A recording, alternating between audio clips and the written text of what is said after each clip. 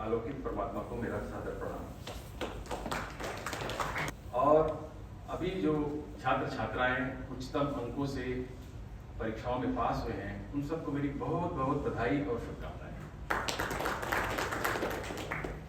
आज से करीब 5-6 दिन पहले डॉक्टर सतीश राठी सर और हमारे प्रबंध न्यासी जी श्री CA मनोज राठी जी मेरे पास MMI में आए थे निमंत्रण देने के लिए। तो उन्होंने मुझसे कहा कि इस बार आपको किस विषय पर बोलना है। पिछली बार आपने असली सफलता क्या है, व्हाट इज रियल सक्सेस, इस सब्जेक्ट पर अपने विचार रखे थे। तो इस बार आप किस विषय पर बोलने वाले हैं? तो मैंने कहा मैं सोच कर बताता हूँ। तो मैं घर लौटा तो मैंने सोचा कि किस विषय पर बात करनी चाहिए। ऐसा विषय कौन सा हो सकता है जो हमारे बहुत करीब हो और हम सब के लिए समान रूप से उपयोगी हो। तो मेरे जहन में 2 चीजें आई, एक तो शरीर है और एक मन है, जो हमारे बहुत करीब है और बहुत महत्वपूर्ण भी है। लेकिन शरीर के बारे में तो कमोबेश सबको थोड़ा थोड़ा ज्ञान होता ही है। इसकी एनाटॉमी क्या है, इसकी फिजियोलॉजी क्या है, how it works and what is the structure of our body, ये थोड़ा थोड़ा हमें सबको पता है। फिर ऐसा बहुत सब्जेक्ट है जो थोड़ा अछूता रह जाता है। तो जो ध्यान में बात आती है वो है मन। और मन जो है वो काफी महत्वपूर्ण है और हमारे सबसे करीब है, लेकिन इसके बारे में हम ज्यादा सोच नहीं पाते हैं। तो अब आज हम जो है मन पर बात करने वाले हैं, मन की बात करने वाले हैं। अब ये ना सोचे कि मैं नरेंद्र मोदी की तरह मन की बात कहने वाला हूं। आज हम मन की बात, उस मन की बात करने वाले हैं जिसे हम समष्टि मन कहते हैं, कलेक्टिव माइंड। हर आदमी को लगता है कि उसका अपना मन है, अपना संसार है, लेकिन ये थोड़ा भ्रम है। हम सब एक कॉमन माइंड है, कलेक्टिव माइंड है, उसको शेयर करते हैं। हम उस मन की आज बात करने वाले हैं। तो आखिर ये मन है क्या? So, may I ask the students, if they don't mind, what is mind? What is mind? Anybody? कोशिश करिए। ऐसे? Yes, please. सर इंग्लिश में देना है हिंदी में? आपको जो कंफर्टेबल लगे। बहुत लोग समझदार हैं यहाँ पर। तो माइंड जैसे हम जानते हैं, अगर उसे हम देखें तो एक ऑर्गन है ऐसे तो हमारी बॉडी का, जिससे हमारा जो भी है बॉडी का संचालन होता है। हमारे शरीर में जो भी रक्त प्रवाह हो रहा है या जो भी हमारे हार्मोन्स होते हैं वो जो चल रहे हैं उसका कंट्रोल होता है। तो और एक होता है चित्त मन, जिसे हम बोलते हैं सबकॉन्शियस माइंड। वो एक पार्ट होता है हमारे दिमाग का जो हमारे ऑरा से बनता है मेरे ख्याल से। तो वैसा कुछ। क्या नाम है आपका? सर तनय राठी। तनय राठी जी ने अपने जितना भी उन्हें ज्ञान है उन्होंने बताया। बहुत बहुत धन्यवाद आपका। लेकिन कितने लोग एग्री करते हैं कि इन्होंने जो बताया वो पूरी तरह सही है, या कुछ और परिप्रेक्ष्य आपको समझ में आता हो, पर्सपेक्टिव तो बताएं। माइंड एनीबॉडी, बड़े भी बता सकते हैं, we can participate in the talk, कोई बात नहीं। तो माइंड ब्रेन के साथ सिनोनिमस नहीं है ना। मन और मस्तिष्क, माइंड एंड ब्रेन, तो अलग अलग चीजें हैं। यह जो इस स्कल है, यह इसके भीतर जो है वो है ब्रेन, मस्तिष्क, और जो दृश्यमान नहीं है वह है हमारा माइंड या मन। तो ये कह रहे हैं आप हार्डवेयर है जैसे कंप्यूटर का होता है, और सॉफ्टवेयर जो है हमारा माइंड। तो मन जो है संग्रह है। किनका संग्रह है? हमारे अनुभवों का, स्मृतियों का, धारणाओं का, मान्यताओं का, जो भी ज्ञान हमने इकट्ठा किया उसका, हमारी कल्पनाओं का, हमारी आइडियाज का, इसका समुच्चय मात्र ही मन है। लेकिन ये मन बहुत ही महत्वपूर्ण है। आपको जानकर हैरानी होगी कि करीब 60 से 80 हजार विचार करीब करीब हमारे चित्त में रोज आते हैं। 60 से 80 हजार। और आपको पता ही होगा कि ये विचार ही हैं जो मन को निर्माण कर रहे हैं, मन का निर्माण, सतत निर्माण कर रहे हैं। और जैसा भगवान बुद्ध ने कहा था कि we become what we think, हम वही बन जाते हैं जो हम सोचते हैं। तो ये विचार कितने महत्वपूर्ण है इसको आप समझ सकते हैं।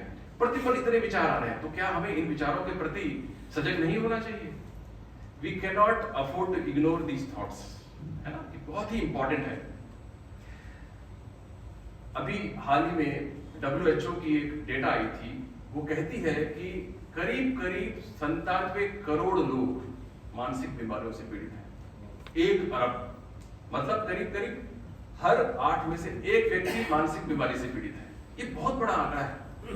और दुख की बात यह है कि इनमें से करीब 75% लोग, खासकर विकासशील देशों में, ऑप्टिमम ट्रीटमेंट प्राप्त नहीं कर पाते, उचित इलाज नहीं मिल पाता। अब उनके जीवन का क्या होता होगा?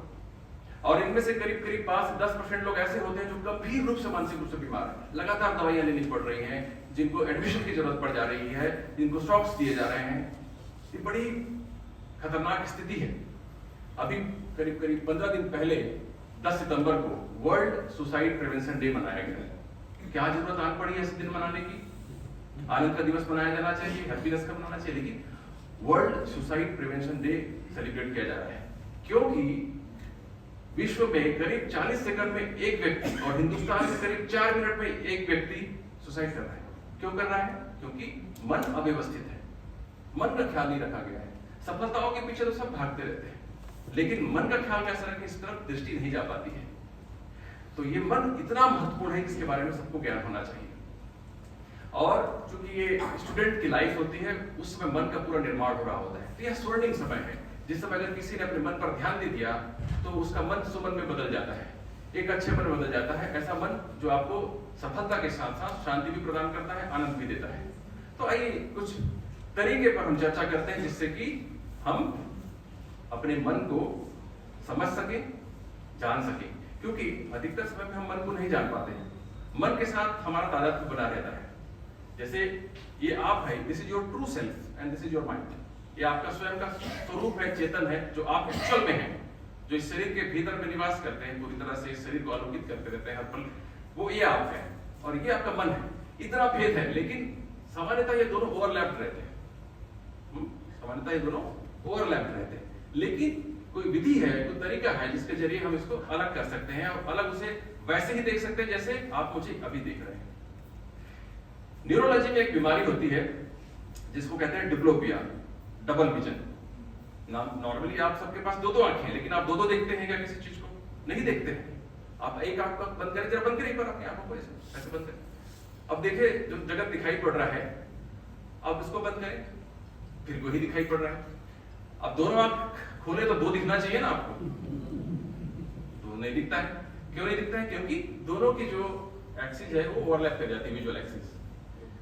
तो ऐसा ही हमारा मन हमारे ट्रू सेल्फ के साथ में तादात्म्य बिठा लेता है, जिसकी वजह से हमें बोध नहीं हो रहा होता। जैसा मन सोचता है वैसा हम मानते रहते हैं स्वयं को, है ना। पतंजलि योग सूत्र है हमारा, जो भारतीय संस्कृति में एक बड़ा ही अद्भुत ग्रंथ है, पतंजलि योग सूत्र, पतंजलि ग्रंथ। उसमें 4था श्लोक है, वृत्ति सारूप्यम इतरत्र। उसका अर्थ होता है कि मन जो है चेतन को आलोकित किया रहता है। मतलब जो हमारा जो ट्रू सेल्फ है वो मन के हिसाब से सोच रहा होता है। जैसे आपको किसी ने कह दिया अरे यार आप बहुत बढ़िया आदमी हो, तो आप जो है सोचने लगते हैं हाँ बढ़िया आदमी, क्योंकि मन के साथ पूरा तादात्म्य है। किसी ने कह दिया आप जैसा व्यक्ति आज तक देखा नहीं है, कैसे इंसान हो यार, तो उसी समय आप ऐसे सिकुड़ जाते हैं। क्यों? क्योंकि पूरा का पूरा तादात्म्य है। तो मन से दूरी बनाना सबसे पहला काम है। कैसे बनाए मन से दूरी? इसके लिए तरीका है कि आप कभी भी 10 मिनट एकांत में अपने घर के किसी कोने में बैठ जाएं। बिल्कुल एकांत तो मिल नहीं पाता है, जितना एकांत मिल पाए उतना एकांत खोज लें। 10 मिनट बैठ जाएं, आंखें बंद कर लें और जो भी विचार आपके भीतर आ रहे हैं उन्हें आप देखते रहें। आंखें बंद करने के बाद बहुत सारे विचार आपके चित्त धरातल पर आते रहेंगे। आपको उन्हें वैसा ही देखना है जैसे कोई नदी के किनारे खड़ा हुआ आदमी और नदी की धार को देखता है, और उस पर पत्तियां जा रही हैं उसको देख रहा है, लकड़ी जा रही है उसको देख रहा है। अब उसे देखते चलिए, उसके साथ जजमेंट नहीं लानी है, ये नहीं सोचना है कि कहां से आ रहा है कहां जा रहा है। वैसे विचार जैसे आते हैं उन्हें बस देखना है, कहां से आ रहे हैं कहां जा रहे हैं ये जज करने की आवश्यकता नहीं। Just become a observer, witness बन जाना है, साक्षी बन जाना है। ऐसे ही जैसे कि आप बाहर खड़े हो और आकाश में पक्षी उड़ते हो, उसे आप देख रहे हो, एरोप्लेन जा रहा है उसे देख रहे हो, बिना जजमेंट के।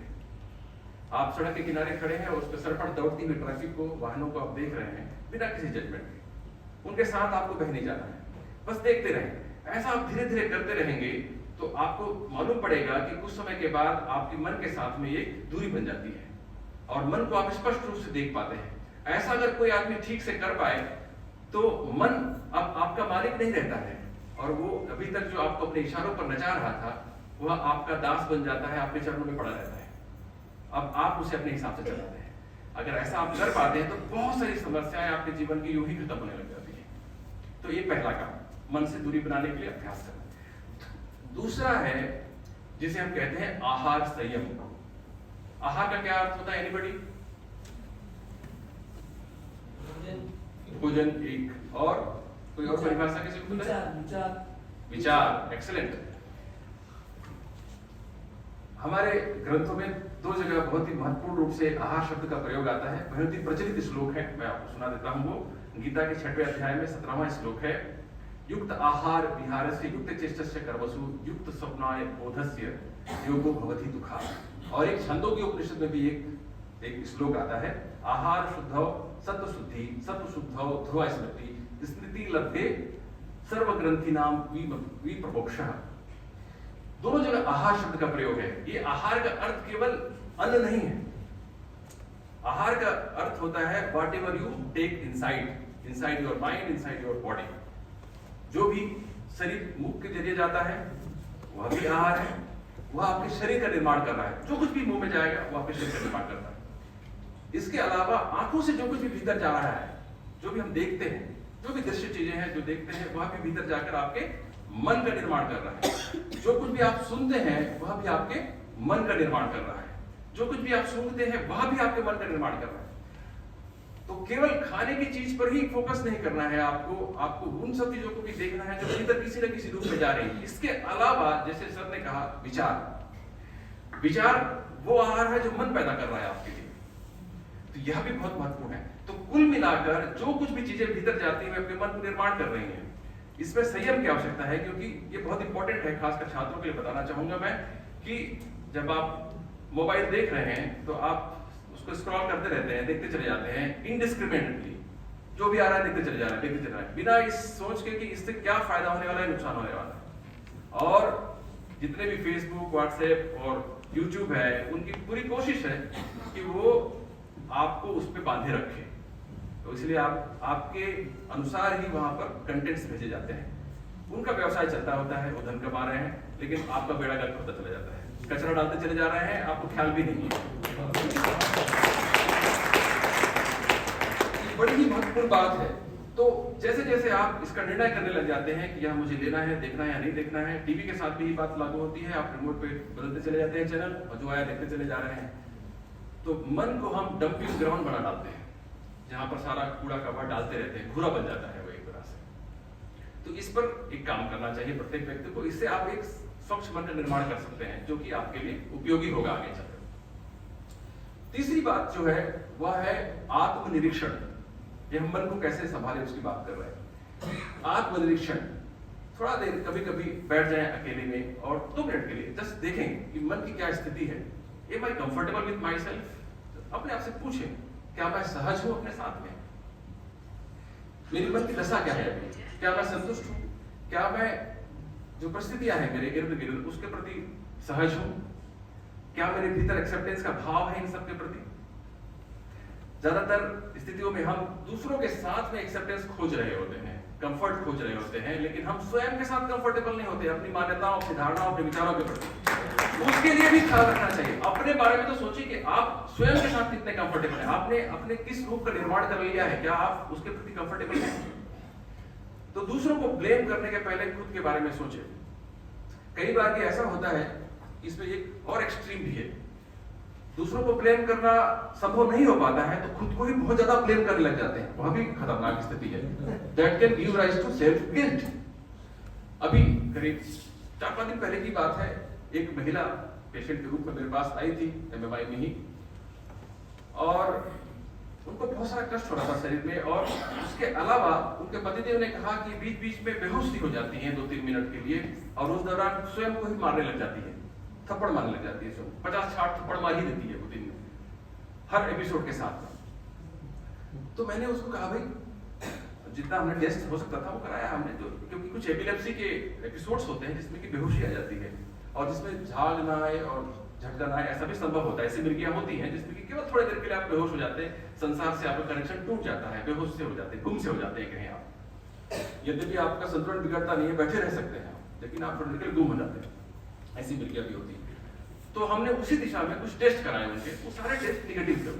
मैंने उनके पत्नियों से पूछा, भाई क्या प्रॉब्लम है, कुछ गड़बड़ है घर में, कुछ परेशानियां चल रही हैं? उसने कहा, डॉक्टर साहब अभी जैसे ही कोरोना आया, हमारा व्यवसाय सारा जो है नीचे चला गया है, स्लैक हो गया है, अपनी मंदी आ गई है अपने जीवन में व्यावसायिक दृष्टि से, और उसी का शायद इनको टेंशन रहता होगा। मैंने कहा, आपको भी ऐसे एपिसोड आते हैं कि आप भी मारते हो अपने आप को? तो कहा, नहीं मैं तो नहीं मारता हूँ अपने आप को। तो मैंने कहा, यार आपका गया इतना कष्ट इनको ज्यादा और आपको नहीं हो रहा है। तो मैंने कहा, कुछ तो और गड़बड़ है बात। फिर मैंने उनकी पत्नी से पूछा, कुछ और बात बताना चाहती हैं आप? कुछ ऐसा लगता है कि कुछ कमी है जो बता रहे हैं इस इंफॉर्मेशन। उनकी पत्नी ने कहा कि डॉक्टर साहब अब मैं बता ही देती हूँ।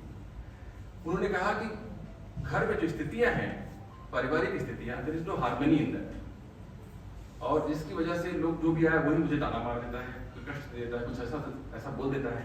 मुझे लगता है कि मुझमें बहुत कमी है। तो सेल्फ ब्लेम इतना हो गया था कि वो बेहोशी के रूप में प्रकट हो रहा था।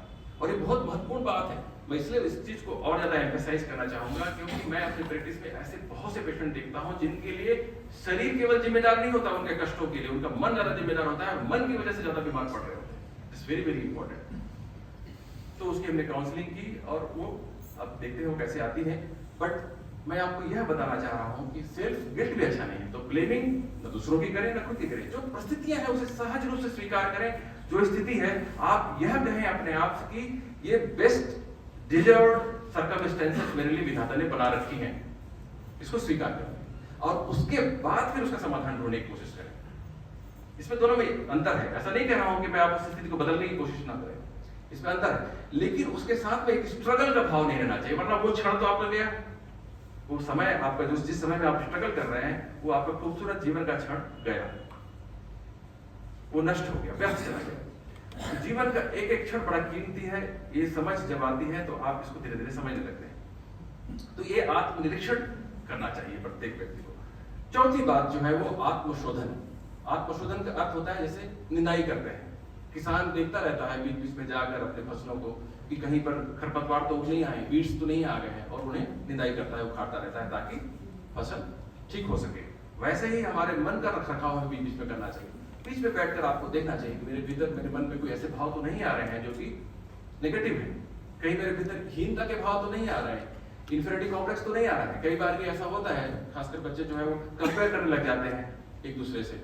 इनके पास तो ये चीजें हैं, इनके कपड़े अच्छे हैं, इनके घर में गाड़ी अच्छी है, इनके माता पिता का व्यवहार शायद अच्छा है, और उनका डीलिंग का तरीका अच्छा है। ऐसे भावने से हीनता का भाव आने लगता है, इंफीरियरिटी कॉम्प्लेक्स आने लगता है, और उसके कंपनसेशन के लिए फिर एक दूसरा सुपीरियरिटी कॉम्प्लेक्स ऊपर से आ जाता है। जब भी कभी ऐसे हीनता के भाव आए तो आपको स्टीफन हॉकिंग को याद कर लेना चाहिए। स्टीफन हॉकिंग बहुत से लोगों को पता होगा। एनीबॉडी, बच्चों पता है आपको किसी को? Yes, कौन है? साइंटिस्ट थे। Very good. स्टीफन हॉकिंग वो महान हस्ती थे जिनको अल्बर्ट आइंस्टीन से भी ऊपर माना जाता है। फिजिसिस्ट, थ्योरेटिकल फिजिसिस्ट, भौतिक शास्त्री थे। मैं न्यूरोलॉजिस्ट हूं, इसलिए मैं उनकी तकलीफों को समझ सकता हूं, क्योंकि न्यूरोलॉजी में एक बीमारी होती है जिसे कहते हैं motor neuron disease. Amyotrophic lateral sclerosis उसका एक प्रकार होता है। इस बीमारी में शरीर धीरे धीरे धीरे करके अक्षम होता चला जाता है, डिसेबल्ड होता चला जाता है। तो एक तरीके से जिस व्यक्ति को बीमारी होती है वो अपने मौत को देखता जाता है, आंखों से देख रहा है, निरंतर मर रहा है उसका शरीर, उसको देख रहा है। स्टीफन हॉकिंग को यह बीमारी 21 वर्ष की अवस्था पता चल गई थी। 21 वर्ष की अवस्था, और 32 वर्ष के होते होते वो व्हील चेयर पे आ गए थे, परमानेंटली व्हील चेयर पे, ऐसा नहीं कि इंटरमिटेंटली, परमानेंटली व्हील चेयर पे आ गए थे। और जब उनकी उम्र 43 वर्ष की हुई तब तक उनकी बोलने की क्षमता जा चुकी थी, और उसके बाद भी उनकी जिजीविका को प्रणाम करना होगा कि 76 वर्ष की उम्र तक वो जीते हैं। 76 वर्ष की उम्र तक, और दुनिया के सबसे महानतम वैज्ञानिकों में अपना नाम शुमार करते हैं। तो हिंसा का भाव तो 2 कौड़ी की चीज है, ये अभी से गांठ बांध दीजिए। किसी से कोई कंपैरिजन की जरूरत नहीं है। आप जिस स्थिति के लिए डिजर्व है वहां पर हैं आप, और उसका निर्माण करने की स्वतंत्रता फ्री विल आपके पास निरंतर बनी हुई है।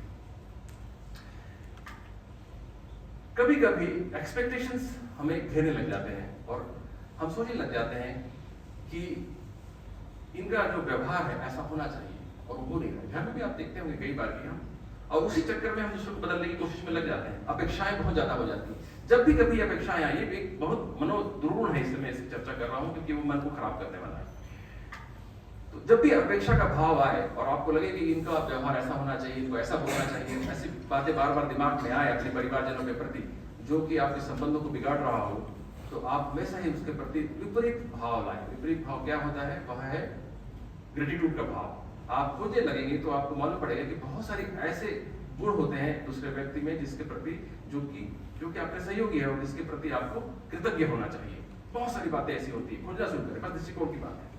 तो ये आत्मशोधन सतत करते रहे। शाम को रात को बैठ के 2 मिनट सोचे कि आज दिन भर मेरे मन में कैसे मनोविचार आते रहे जिनकी वजह से मैं परेशान होता रहा या होती रही। तो ये 4 बातें हो गई। 5वीं बात है सफलता कैसे पानी है। इसके लिए तो बहुत सारे मोटिवेशनल स्पीकर हैं, बहुत सारे, पूरा YouTube भरा पड़ा है। आप खोलने चले जाए तो हजारों वीडियोस मिल जाएंगे। लेकिन असफलताओं से कैसे जूझे, उनके बारे में क्या करना है? सफलता पाने के बारे में सब दौड़ा रहे हैं आपको। तो स्ट्रेस मैनेजमेंट आपको आना चाहिए। You must know how to manage your stress, है ना। स्ट्रेस मैनेजमेंट बड़ा ही इंपॉर्टेंट चीज है। बड़ों के लिए भी मैं बात कहना चाहूंगा क्योंकि हमारे शरीर में 2 सिस्टम काम करते हैं। Being a neurologist I am telling you this. हमारे शरीर में 2 सिस्टम, एक कहते हैं पैरासिम्पैथेटिक नर्वस सिस्टम और दूसरा होता है सिंपैथेटिक नर्वस सिस्टम। 2 तरह के तंत्रिका तंत्र है हमारे शरीर में। सिंपैथेटिक नर्वस सिस्टम क्या होता है? वह तंत्र जब कब एक्टिवेट होता है? जब हमारे सामने विपरीत परिस्थितियां होती हैं, फाइट और फ्लाइट वाला सिचुएशन होता है। जैसे सामने यहाँ शेर आ जाए तो आप क्या करेंगे? या तो लड़ भिड़ेंगे या तो भागने के लिए दरवाजा खोलेंगे, है ना, ऐसे ही करेंगे ना। तो ये तो एक बहुत ही क्रूड फॉर्म हो गया, मोटा मोटा है ये तो दिखाई पड़ता है। लेकिन कई बार की जो है हमारे मन में कैसी छोटी छोटी बातें रहती हैं जिनके साथ हम लड़ रहे होते हैं, एक तनाव की स्थिति बनी रहती है। तो ये सिंपैथेटिक नर्वस सिस्टम एक्टिवेटेड हो जाता है उस समय। और यही कारण है कि अधिकांश लोगों को बीपी, शुगर जैसी बीमारियां और बहुत सारे पेट की बीमारियां होने लग जाती हैं। वो सब के सब इस सिंपैथेटिक नर्वस सिस्टम के ओवर एक्टिव होने की वजह से हो रहा होता है। अगर कोई व्यक्ति यह सीख ले कि कैसे हम पैरासिम्पैथेटिक नर्वस सिस्टम को नीचे रख पाए और पैरासिम्पैथेटिक नर्वस सिस्टम को जो आपको रिलैक्स करता है उसको ऊपर उठा सके अपने जीवन में, तो वो इन बीमारियों से काफी हद तक निजात पा सकता है। जिसको हो चुका है उसकी भी समस्याएं काफी कम हो जाएंगी और जिनको नहीं है उनके होने की संभावनाएं करीब करीब नील हो जाएंगी। तो पैरासिम्पैथेटिक नर्वस सिस्टम को एक्टिवेट करने के लिए छोटा सा एक एक्सरसाइज आप कर सकते हैं।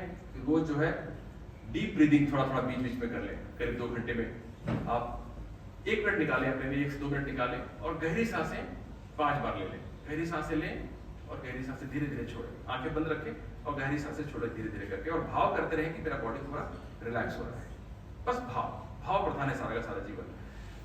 तो ये थोड़ा करना शुरू करें। 5 बार 2-2 मिनट के लिए, ऐसा दिन में आप जब समय मिले तो करते रहें। इतना मात्र करने से ही आपका सिंपैथेटिक टोन कम हो जाएगा और पैरासिम्पैथेटिक टोन बढ़ जाएगा, जो कि आपके लिए काफी फायदेमंद होगा।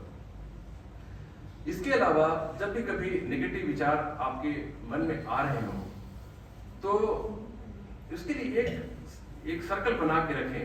मैं असफलता ऐसा है ना कि अभी तो जो सफल हुए यहाँ पर आए हुए हैं लोग, असफल लोग नहीं आए, लेकिन जो सफल हुए हैं उनके लिए भी यह गारंटी नहीं है कि आगे भी हमेशा सफल होते रहेंगे। ये बड़ी इंपॉर्टेंट बात है। हमारी शुभकामनाएं आपके साथ है कि आप सफल हो, लेकिन मेरे कहने मात्र से सफल नहीं हो जाते हैं। कोई असफलताएं आ ही सकती हैं, आती ही हैं। जो हो सकता है होता ही है जीवन में। तो छोटे छोटे असफलताएं आती हैं जिसमें हम निराश हो जाते हैं। तो ऐसी परिस्थितियों से बचने के लिए एक करना चाहिए, एक सर्कल बना के रखें जिनके पास जाके आप अपना शेयर कर सकें अपने भावों को, अपने प्रॉब्लम्स को। बहुत बार की नेगेटिविटी भर जाने का यही कारण होता है कि हम अपनी बातें एक्सप्रेस नहीं कर पाते हैं। तो अपने घर में, परिवारजनों में, मित्रों में कुछ ऐसे व्यक्ति खोज कर रखिए जिनको आप अपनी दिल की बातें पूरी तरह बता सकें। ये बहुत बहुत इंपॉर्टेंट है ना। सबके पास अपनी बातें, अपने रोना नहीं गाना चाहिए। ऐसे लोग अपने पास खोज के रखें जो आपके दर्द को समझे, पूरी सहानुभूति के साथ सुने उसे और आपको सलाह दे सके। ठीक है, एक बात। दूसरी बात स्ट्रेस मैनेजमेंट में ये है कि निगेटिविटी आपके भीतर कम करने के लिए नेगेटिव शब्दों का प्रयोग कम करें। बहुत ही इंपॉर्टेंट बात है ये। ज्यादातर लोगों से किसी से आप पूछे, रास्ते चल रहे हैं, आप कहें कैसा हाल है भाई, तो क्या कहें, बस यार कट रही है, चल रहा है भाई, मूल लाके दौड़ बातचीत करना है। हर समय निगेटिविटी से भरे रहते हैं। उसको कल ही धंधे में फायदा हुआ है लेकिन बोलेगा नहीं मुझसे।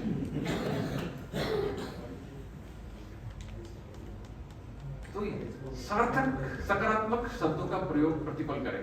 हमें लगता नहीं है, पता नहीं चलता है, हम सोचते हैं कि इन शब्दों का प्रयोग कर रहे हैं तो उसका कुछ दुष्प्रभाव हमारे भीतर नहीं होता होगा।